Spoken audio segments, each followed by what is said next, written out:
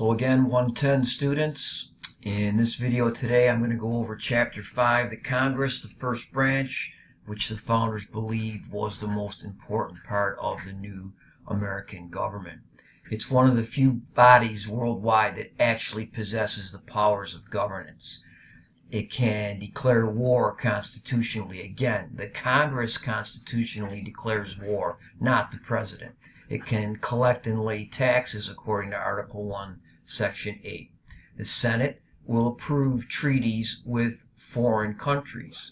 And it can also check the president by approving or disapproving ambassadors to foreign countries. And what we've seen more and more since the late 60s and early 1970s is that when these different parts of the Congress are controlled by different parties, it really prevents legislation from going through. And we've seen a lot of that in the last 15, 20 years. The problems with the debt are not being addressed. All they do usually every session, and they did it again this time, is they raise the debt ceiling, which pushes the problem further into the future.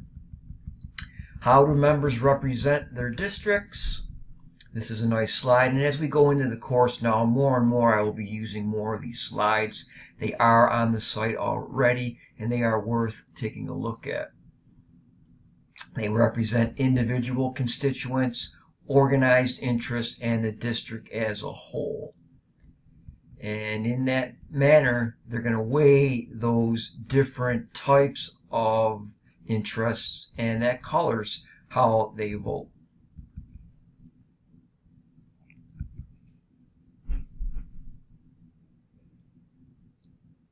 If they vote as a delegate, they see themselves as the agents of the constituents or the people back home.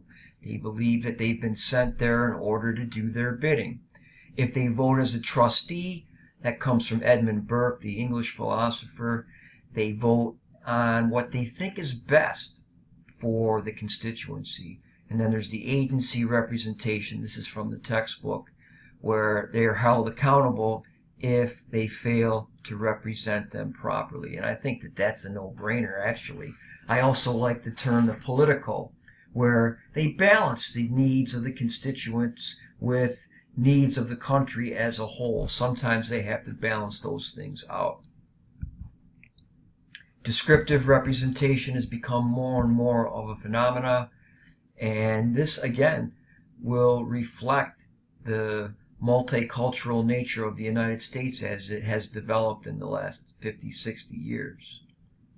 We've talked about the bicameral legislature, the two-house government. There are 435 members in the House. There are 100 in the Senate, 2 equal for each state. The House is based on population. What are the different types of how members become parts of the House or the Senate? All these numbers are easy to remember, and I will include the presidency with this. Age is 25, 30, 35. You have to be 25 to be a congressperson, 30 to be a senator, and 35 to be the president. You must be a citizen at least 7 in the House, 9 in the Senate, and 14 years if you are wanting to be the president. And another check on that, the president must be a natural-born citizen. Term limits, 2, 4, 6. 2 for the House, 6 for the Senate, 4 for the president.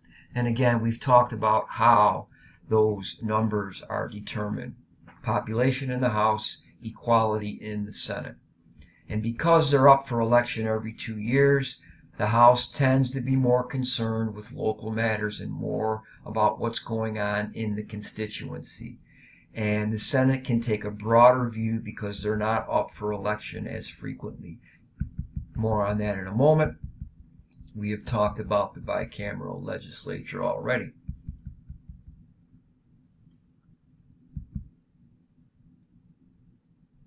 The census is very important. It happens every 10 years. The next one will be in 2020. The last one was in 2010.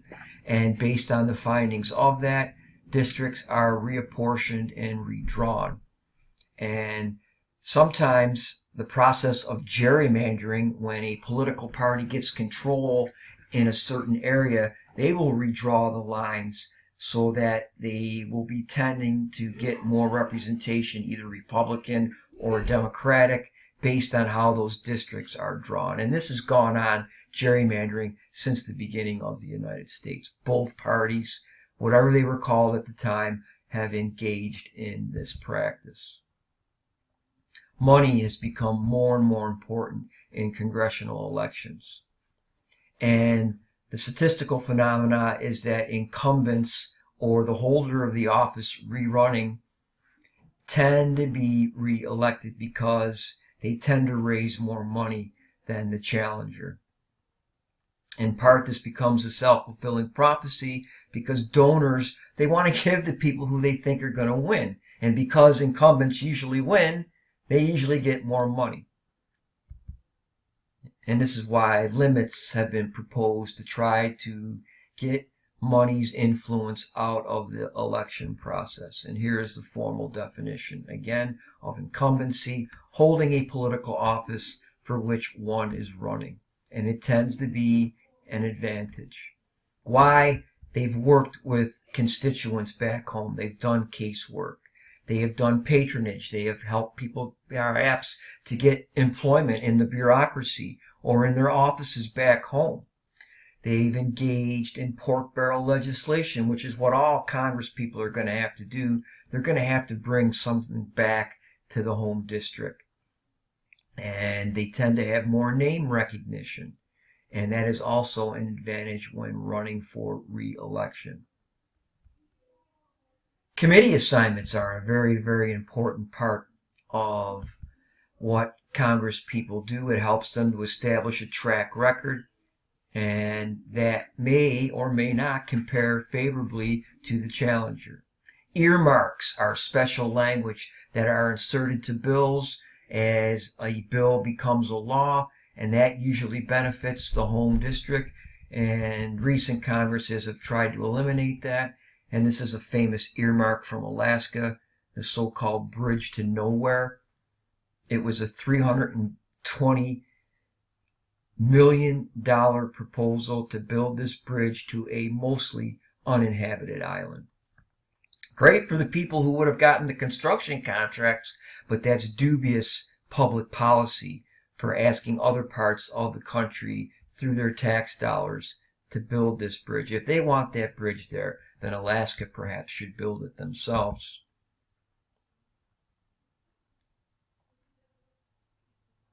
And this is a chart from the old textbook that points out the fact that incumbent office holders usually win. Another benefit of being a House or Senate member is the franking privilege. They get free mail. Another statistical phenomena is the sophomore surge. They tend to win a higher percentage of vote when seeking a second term. And that's scared a lot of challengers off in the last 25 years. And this was an old Gallup poll that questioned whether or not they felt members of Congress should be reelected. And these downturns are usually when the economy is going bad. When the economy is going bad, you tend to see more people voted out of office. The 90s were very good economic times in the United States, and the office holders tended to get reelected.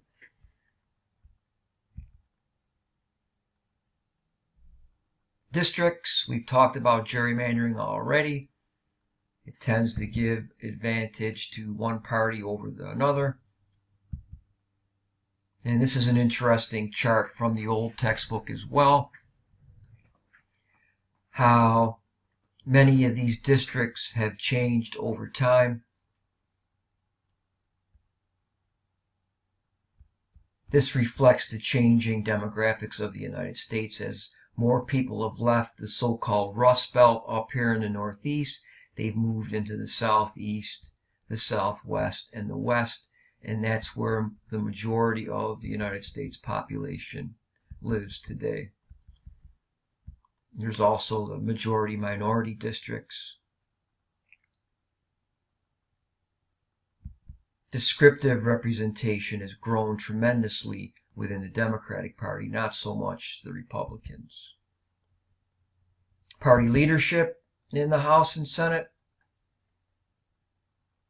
In the House and Senate, there tends to be caucuses or conferences. Caucuses are usually Democrats and conferences are Republicans, and they choose these main leadership positions. The Speaker is the most important person in the House of Representatives. He is, right now it's Mr. Ryan from Wisconsin, and he is second in line to the presidency behind the vice president. The president pro tempore is a largely ceremonial position today. The Senate Majority Leader tends to be the most important person in the Senate. The Minority Leader is the minority party. Right now, the Republicans are the majority and the Democrats are the minority party.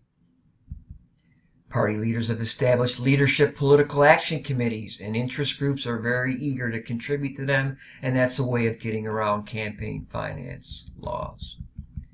And this is the committee system of the House for 2017-18. If you're interested in this, you can take a look at this. And the chairmans or chairpersons of these different committees. Here is the Senate. These are permanent standing committees. There's 21 in the House and a few less in the Senate. And they consider legislation within these different areas. The Rules Committee is a unique part of the House of Representatives. It determines the order that bills come up for vote, and that's important because the fate of most bills is that they die in the committee system. There's basically 8 basic steps that will show how a bill becomes a law. And there's another chart in here that has the exact detail, but there's basically 8 steps. Introduction, committee, subcommittee, and then it comes back to the full House or the full Senate. And at that point, it's got a chance if it can make it to that point. I will list another chart later in the week that will show you these 8 basic steps. Staff agencies, the Congressional Research Service is a very effective tool of the Congress that does research for policy proposals or other legislative business.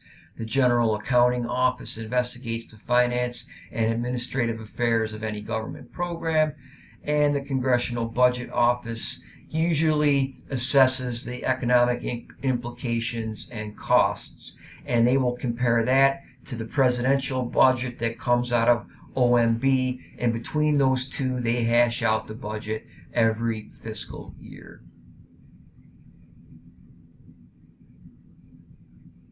Anyone can introduce a bill, but within the Congress it has to be introduced by a member of the Congress. And again, the fate of most bills is that they die in this committee process. Open rules, changes can be made on the House or Senate floor. If it has closed rules, it has to be voted on as is. Proponents like closed rules because if it's open, that's where the pork barrel comes in, and that will increase the likelihood of a presidential veto.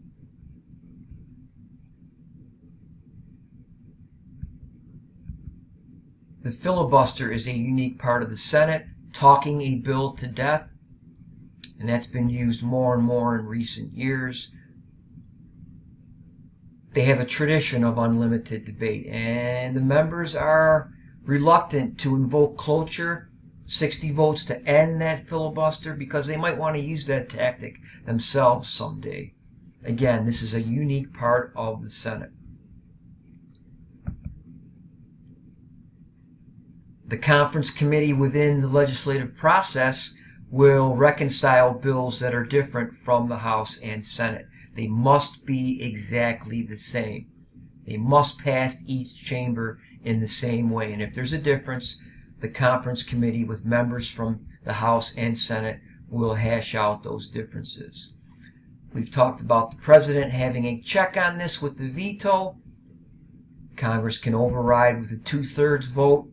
Generally, they threaten to veto things to try to shape legislation, and that avoids the embarrassment of the 2/3 vote, which overrides a presidential veto. The pocket veto is only used at the end of a legislative session.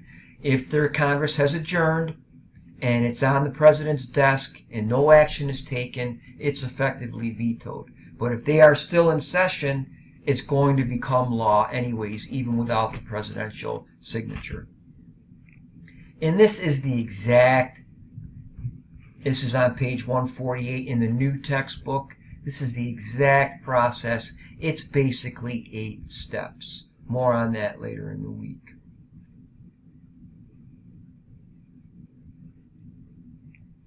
Party voting is more an important part of voting today than ever before. And political scientists have done statistical studies, and there's very little evidence of vote buying, because the members are not going to vote and work with people who have been determined to be bought off by political action committees or other individuals. In the old days, I used to talk about iron triangles, and this is how actually legislation is made. The interaction between the federal bureaucracy, the congressional subcommittees, and interest groups. Interest groups give information to the subcommittees and to the bureaucracy. The bureaucracy can help with constituency complaints, and that helps out the congressperson. The Congress can control the bureaucracy through the budget procedure. Interest groups contribute to congressional re-election committees, and they also supply information both ways. This is how it's really done, ladies and gentlemen.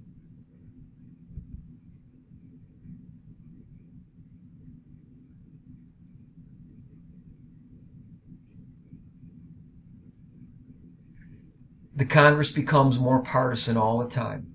There is more and more party voting going on. It's important who controls, because they control the committee assignment. The majority party will control committee assignments.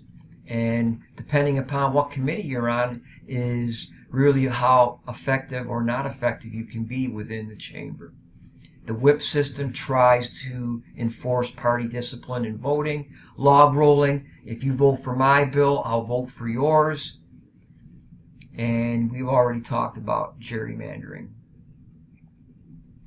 Congress has the power to impeach the president. The House impeaches and the Senate tries, and they can also do this to other executive branch officials. And that's about it for Chapter 5.